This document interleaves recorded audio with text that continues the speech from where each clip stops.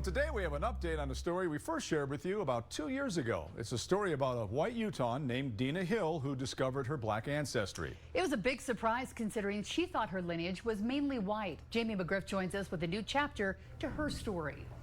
It's not every day that you hear from a white person raised in Utah who's excited to openly share their family's diverse racial background. Since Deena first shared her story with us, she says a whole new world opened up to her. In 2022, during the latter part of the summer, we introduced you to Deena Hill of Mount Pleasant, Utah. She shared details about her family history tree and about her black ancestry through this man. Well, I always had this fascination with my third great-grandfather, Nelson Holder Ritchie, because he was a mystery. Nobody knew where he came from.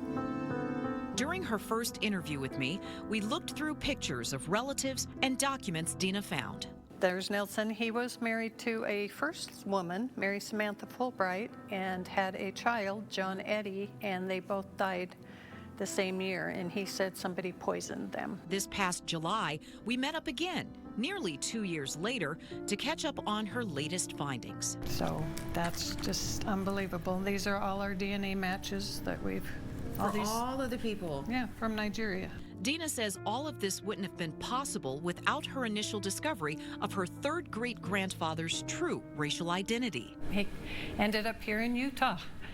After being born in Missouri as a slave, he ran away. He ended up in Kansas with the Underground Railroad, and then he lived in Kansas, and then he ended up here in Bountiful, Utah. I got a refresher on some of Deena's extended relatives she found from DNA matches. Do you remember Don? Yes, I do. I flew out to meet him. Yes. In Arizona. He has since passed away.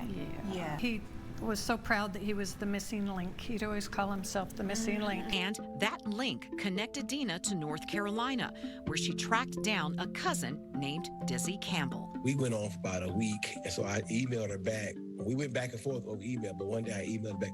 I said, well, do you know that I'm African American? And that's how it kind of all got started. Their joint mission to find more family tree answers took off. Did you ever have any bit of apprehension knowing that you're a white woman and then you approach black people wondering whether or not they would receive you? I did worry about that. I was concerned. In fact, the first reunion that I went to in North Carolina, a few people thought that I was the enslaver, white, you know, because I was white. They thought I was the enslaver family coming to their family reunion, and they were quite put off by that. Desi had to explain to them that no, she's your cousin.